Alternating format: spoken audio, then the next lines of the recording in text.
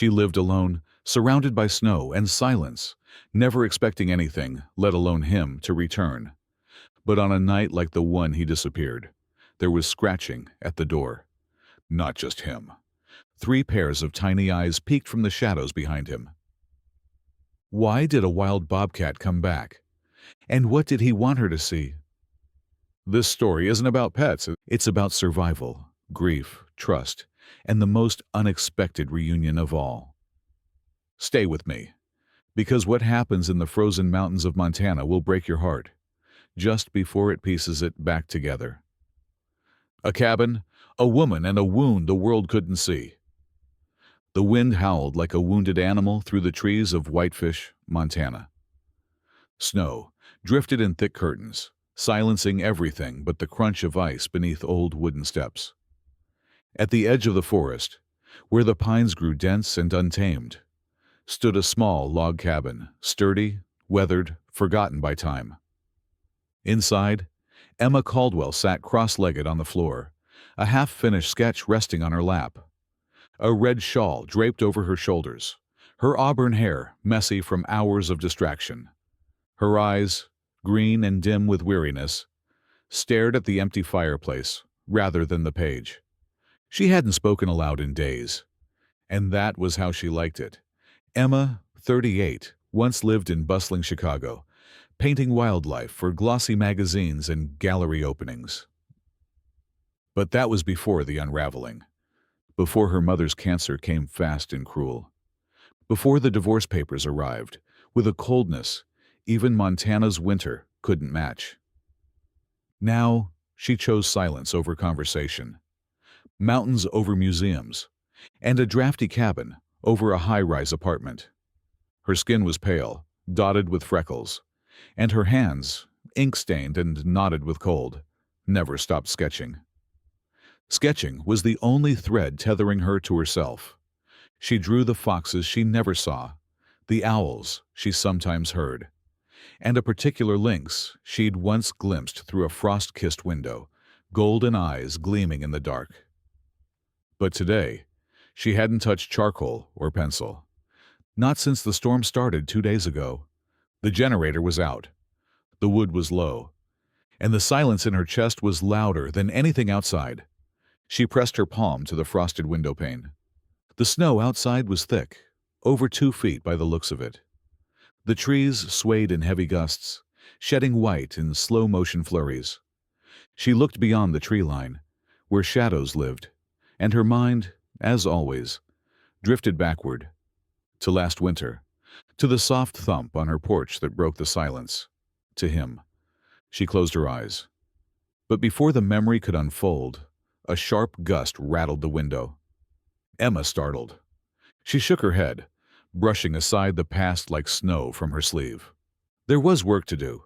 The fire needed stoking, the sketch needed finishing, and the ache, the one that lived beneath her ribs, needed quieting.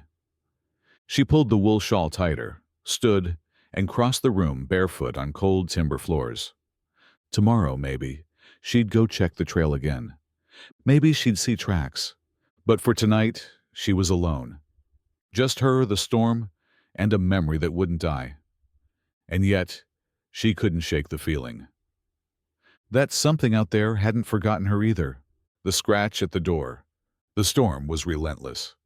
Snow slammed sideways into the cabin, the wind twisting through the pines like ghosts in mourning.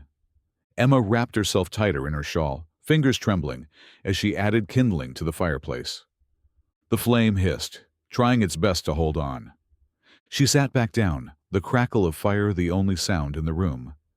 Then, there was a sound. Not the moan of wind or shifting branches, but something deliberate. Scratch, scratch. Her heart skipped. Emma stilled. The sound came again, quieter, but unmistakable. Not a branch, not ice. A presence.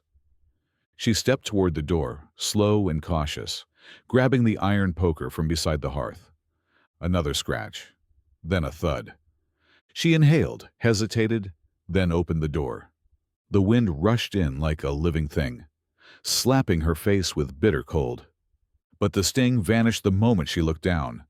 There, Curled on the snowy porch was a wild bobcat, not full-grown, barely 2 years old by the look of it. Its cinnamon coat was soaked and clumped with ice. One ear was torn at the tip, and its hind leg dragged awkwardly behind it. A North American bobcat, unmistakably. Stocky building, white-spotted belly. Tufted ears rising like alert exclamation points. Its short bobbed tail flicked once, weak, wary. Emma froze, breath visible in sharp clouds. Their eyes locked, and something ancient and heavy passed between them. Not fear, not threat. Something closer to recognition. "You're not supposed to be here," she whispered, barely audible over the storm. But the bobcat didn't flinch, didn't snarl, didn't move. It just watched her, sides heaving with exhausted breath.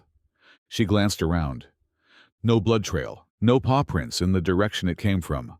Already swallowed by snow. Alone. Injured. Dying. She should have shut the door.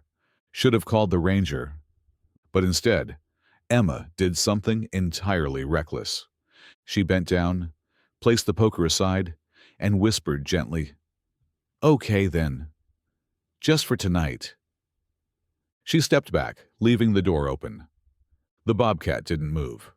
Emma laid a wool blanket by the fire, sprinkled bits of leftover chicken on a ceramic plate, then stepped aside. It took almost a full minute. Then, slowly, limping heavily, the bobcat entered. It didn't explore, didn't sniff. It walked straight to the blanket, collapsed with a groan, and lay still. Emma shut the door softly. She leaned against it, heart racing, staring at the wild creature now curled beside her fire. No collar, no tag, no fear, only breath. She didn't touch him, didn't speak again. She simply sat nearby, listening to the fire crackle. Tomorrow, she'd decide what to do. But tonight, in the heart of a blizzard, a broken animal had come to her door, and she had opened it. Not just to him, but to something in herself she thought was long gone. Warmth without words. The first full day passed in near silence. Outside, the storm had dulled, but left a heavy blanket of snow across the clearing. The world beyond Emma's cabin was hushed, every tree bowed with white weight. Inside, the only sound came from the soft crackle of the fire and the occasional rustle of fur as the bobcat shifted on the blanket. Emma moved quietly through the cabin, careful not to startle him. She didn't know how long he'd stay. Maybe just the day, maybe the week, maybe only until he could stand and limp back into the forest. That thought twisted something inside her she hadn't felt in years. Hope mixed with the ache of eventual loss. She brought a bowl of water and placed it a few feet from where he lay. At first, he didn't move. But later, when she wasn't looking, the water disappeared. She noticed the chicken was gone too. That night, she left another plate. And again, by morning, it was empty. Each day he grew a little stronger. He still limped, and his body was thin beneath the thick fur. But his eyes were clearer now. They followed her when she walked across the room, when she stoked the fire, when she opened the curtains to let in the pale gray light. She didn't try to speak to him at first. It seemed wrong to break the silence they shared. But solitude had worn her thin, and soon the words came uninvited. "I used to paint animals in New York," she said one morning, her voice barely above a whisper. "They hung my work in galleries. Then, life happened." He didn't move, just watched her from the edge of the blanket. Her eyes fell to the sketchbook in her lap. She hadn't drawn in days, weeks even. But now, with him here, the urge returned like a spark reigniting. She picked up her pencil and let her hand follow the shape of his body, the elegant curve of his back, the torn edge of his ear, the quiet strength even in his stillness. By the fourth day, Emma found herself reading aloud from a dog-eared copy of Thoreau's Walden. She didn't expect him to understand, of course, but she read anyway. About stillness, about survival, about winter, and what it strips away, and what it reveals. "I think you get it," she murmured at one point, meeting his gaze. He blinked slowly, then looked away, not out of fear, but something closer to patience, as if saying, "Go on, I'm listening." She didn't dare try to touch him. The boundary between them was unspoken, and she respected it. But when she sat near the fire, he didn't shift away. When she moved from room to room, he always kept her in his sight. One afternoon, she found herself humming. It startled her. She couldn't remember the last time she'd made music, not even a single note. That night, while he slept beside the hearth, Emma sat up and drew until her fingers ached. Dozens of sketches, his paws, his jawline, his side rising with sleep. She didn't know his story. She didn't need to. In his presence, she found something steadier than words, something raw and truthful. She was no longer just surviving winter. She was sharing it. And for the first time in years, she didn't feel entirely alone. A line crossed in snow. It was 2 weeks before the Bobcat crossed the invisible line. Until then, he had accepted Emma's offerings, water, food, warmth, but kept his distance, never allowing her closer than a few feet. She respected that space, even as her own heart longed to close it. But one morning, something shifted. The sun rose in streaks of gold, casting long beams across the floorboards. Emma opened the door to sweep out snow drifted up against the threshold. A bitter wind sliced through the trees, and the sound of distant coyote calls echoed faintly from the forest's edge. She paused, scanning the ridgeline beyond the trees. Movement, a shadow, a flicker of something lean and hungry, slipping back into the pines. She closed the door quickly, turning back to the fire, and froze. The bobcat was standing, not limping, not trembling. He stood tall and alert, eyes focused on the door she had just shut. His ears flicked once, then back. He had heard them, too. The coyotes. Emma's pulse kicked up. "Are they getting close?" she asked softly. He didn't look at her, didn't answer, but he took 2 careful steps closer to the fire, closer to her. And he didn't stop. Emma remained perfectly still, heart thudding in her chest. He moved across the room with the elegant precision of something born in snow, muscles rippling beneath his thick coat. He stopped just 3 feet from where she sat on the rug. She didn't breathe, didn't move. His golden eyes locked onto hers. And then, so slowly she almost didn't believe it, he sat down. Not by the door, not by the fire, by her. A pause hung between them like crystal in midair. Then she smiled. Not wide, not bold, just enough. Enough to say thank you. I see you. The next few days unfolded with quiet miracles. He began following her, with his eyes more deliberately, his ears twitching when she sang softly to herself while sketching. She started leaving her chair beside the fire and simply sitting on the floor, sketchpad in her lap, closer to his level. He didn't move away. One evening, after a particularly sharp wind howled for hours against the cabin walls, Emma noticed he was trembling, not from fear, but from cold and fatigue. Without thinking, she reached out slowly and slid her wool blanket closer. He flinched, eyes narrowing. She stopped, held her hand in the air, unmoving. He stared. A tense beat passed. Then he stepped forward and lay atop the blanket. Just like that, a silent agreement. A line, no longer a boundary, now a bridge. Not everyone in town would have understood. Whitefish was home to hunters, rangers, folks who respected wild animals but didn't romanticize them. Emma had grown up here before she ever painted in New York. She knew how unusual this was, how rare. So when the knock came on her door one snowy afternoon, Ranger Cole, concerned about reports of bobcat tracks too close to residences, her stomach twisted. He stepped inside, stomping snow from his boots. "Your porch is clear," he said, looking around.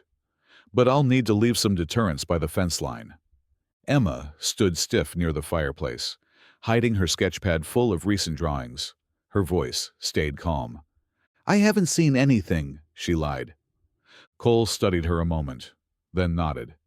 "Well, if you do, don't feed it. Don't let it near the cabin. They don't stay cute forever." She forced a smile. "I know." He left. Emma waited until the taillights vanished down the long snowpacked drive before she opened the storage closet. The bobcat emerged slowly, unbothered, as if he knew exactly what had just happened. "I didn't tell him," she said quietly. He blinked once, then walked over to the blanket and curled up beside the fire. It wasn't gratitude. Not exactly. But it was trust. And sometimes that's even better. When snow melts, so must we. The snow melted slowly that year, not with the grand rush of spring, but with a reluctant drip-drip rhythm that stretched across April. The trees remained bare, the trails still iced over, but sunlight lasted longer each day. Birds returned in scattered flocks. The brook near Emma's cabin, once frozen solid, began to murmur again, and something in the air shifted. The bobcat, still unnamed, still fiercely his own, began to stir differently, more alert, restless. He paced more in the mornings, stared longer through the windows. His ears twitched at distant sounds in ways they hadn't for weeks. The quiet peace they had shared gave way to something more electric, like an engine warming up before a long drive. Emma felt it too. She didn't need anyone to explain it. Wild things know when the season is turning, and so do the ones who love them. One afternoon, she found him standing at the front door, not curled beside the fire, not watching her draw, just standing, still and silent, gazing at the snowy path outside like it was calling him home. She opened the door. He didn't step forward. He didn't leave. He just looked. She kneeled beside him, not too close, and whispered, "You don't owe me anything, but I need you to know you mattered." His ear flicked. Nothing more. She wanted to reach out, wanted to bury her hand in the thick fur along his neck and tell him thank you the way words couldn't. But she didn't. The next morning he was gone. No blood, no struggle, no noise. The blanket was still warm when she awoke, but the space where he had curled was empty. Emma ran to the door, flung it open, scanned the horizon. There, faint tracks, leading toward the pines. She followed them for nearly a mile before they disappeared into the underbrush. She called out once, softly, then again. But there was only the wind. She returned home in silence, throat tight, lungs raw from the cold. The cabin felt hollow, without him. She sat by the fire, watching it burn low, sketchbook in hand. And finally, she gave him a name. Not for ownership, but for memory. Solstice, the turning point. That's what he had been, her pivot between despair and warmth. A season she hadn't known she needed until it was already passing. In the days that followed, Emma kept drawing. The bobcat appeared in every sketch, sometimes as he was, fierce and wild. Sometimes beside her, watchful and silent. Sometimes distant, climbing a ridge, vanishing into the trees.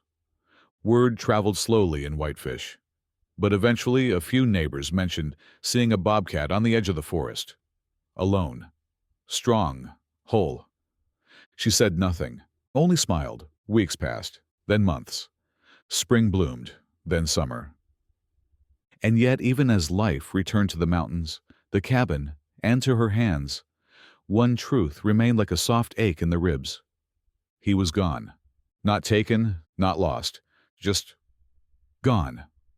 The way snow recedes without fanfare, leaving behind bare earth and the promise of something new. Emma didn't cry. Not at first, but one night, months later, she opened a drawer and found one of the earliest sketches she had drawn of him. A quick, clumsy outline. Scar on his flank, ragged ear, eyes that stared out of the page, direct and alive. She sat down, pressed the paper to her chest, and wept. Not out of grief, but gratitude. Because sometimes the wild doesn't stay. It visits. It chooses you for a moment, a season, a healing. And if you're lucky, you learn to let it go. The knock you never expect. It had been almost a full year since the bobcat left. Emma no longer counted the days, though the memory still lived in every corner of the cabin. The faded blanket by the fireplace, the sketches framed on her studio wall, the quiet she had once feared, now strangely comforting.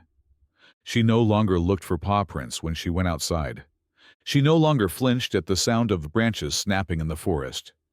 Solstice had come and gone, and life, somehow, had settled again. The first storm of winter came early that year, October, thick with wind and silence. Snow piled high against the cabin overnight, and by morning, the world had turned white once more. Emma sipped her coffee by the window, fire crackling beside her, sketchbook untouched on the table. She watched a squirrel dash clumsily through the snow, smiled faintly, and turned back toward the kitchen.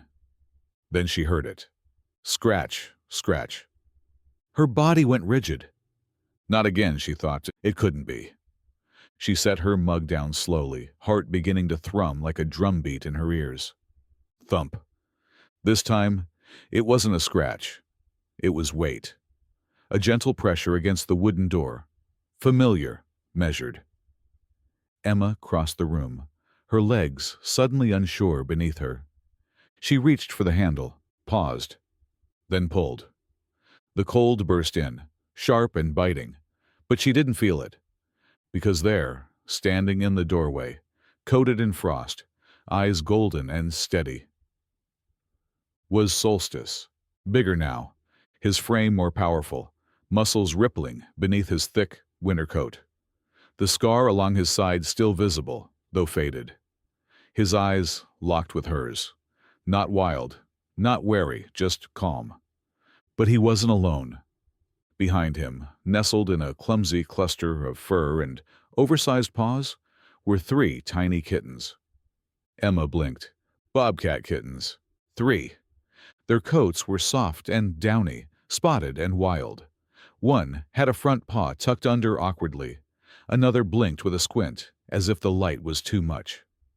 The third sat upright, unafraid. Emma felt the breath leave her body. Solstice stepped forward once, paused. He looked back at the kittens, then at her.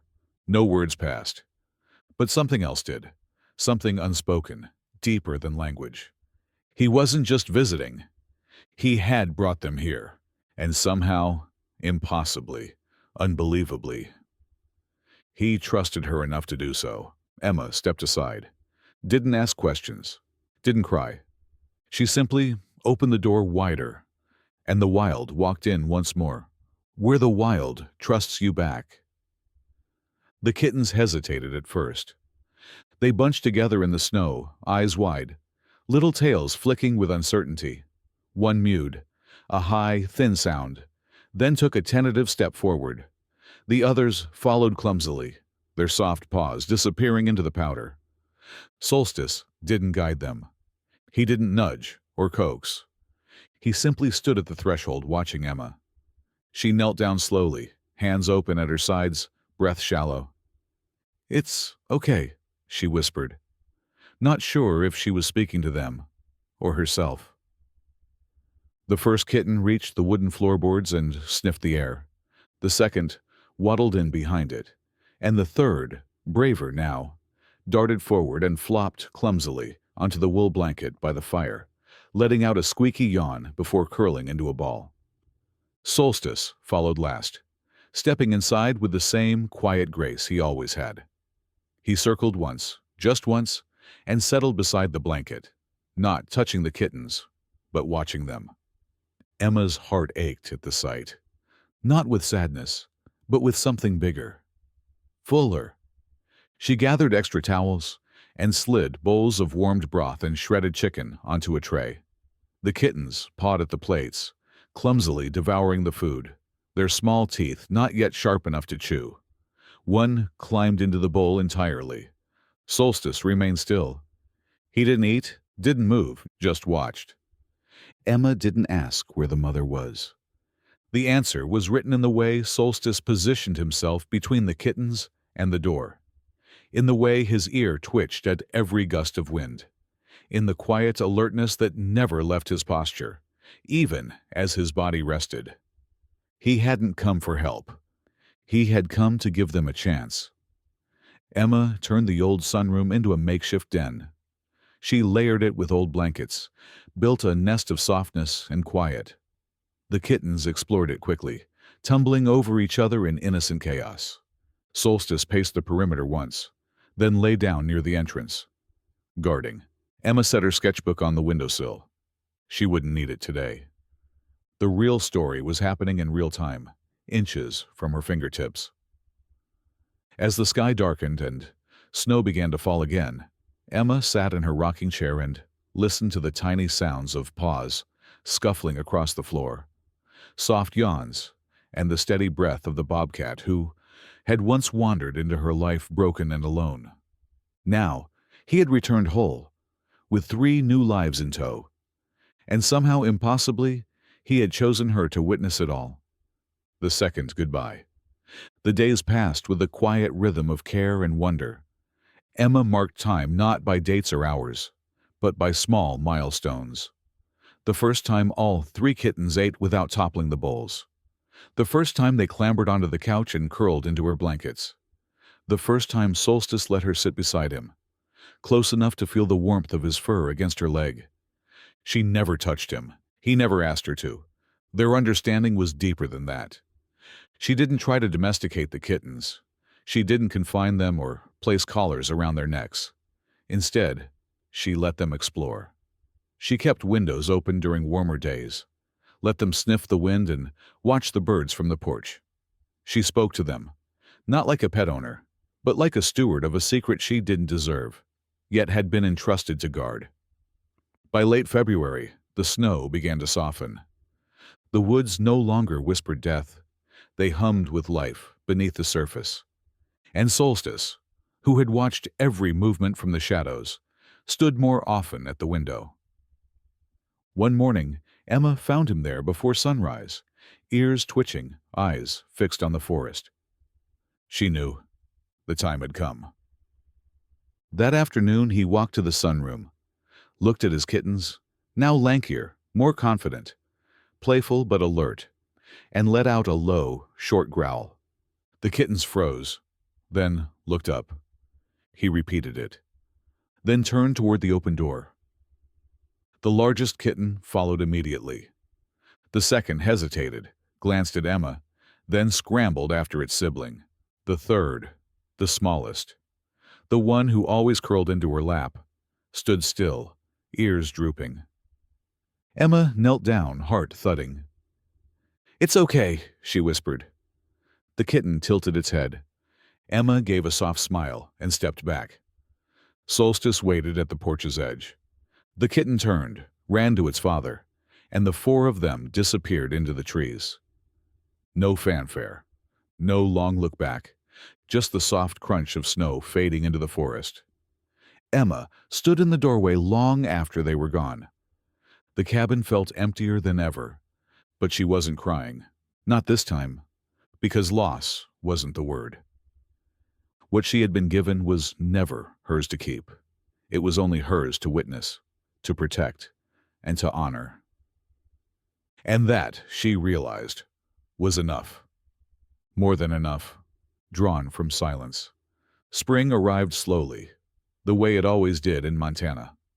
The snow pulled back like a tired blanket, revealing patches of brown earth and the promise of green beneath. Wild flowers crept along the edges of the trail. Birds filled the morning silence with song.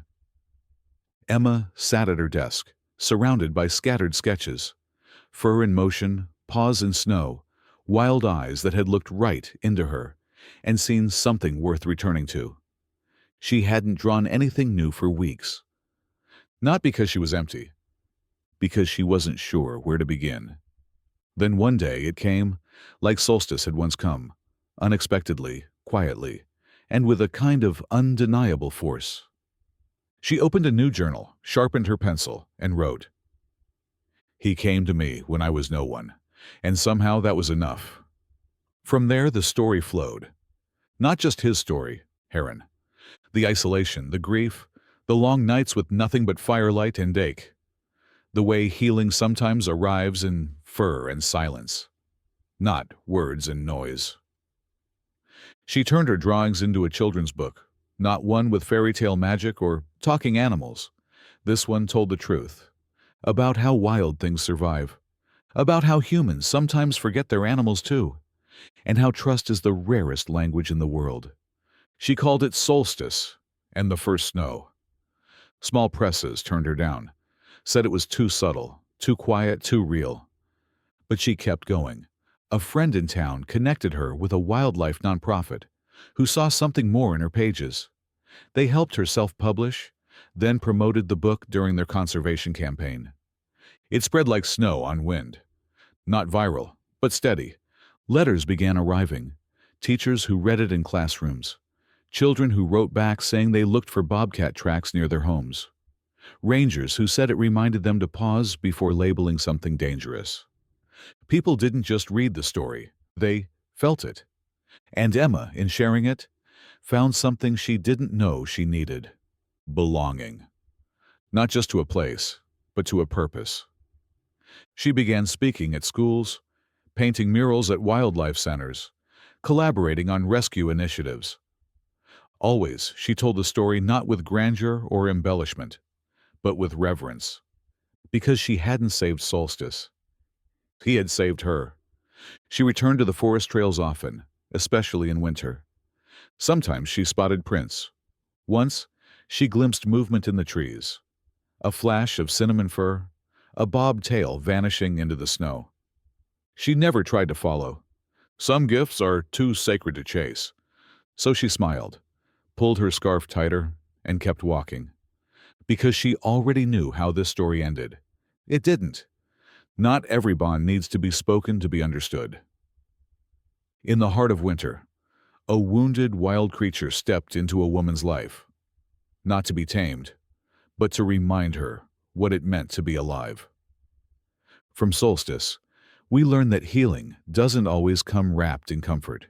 It often arrives in silence and uncertainty, and through the door we almost didn't open. And from Emma, we learn that love doesn't mean holding on. It means honoring the wild in those we care for, and letting go when the time is right. In life, sometimes you won't get explanations. You'll get moments. And if you're wise enough to stand still, to listen, to trust, those moments will teach you more than any words ever could. At Paw Prints and Stories, we believe these quiet miracles between humans and animals hold lessons for all of us. So, here's our question to you. What door have you kept closed?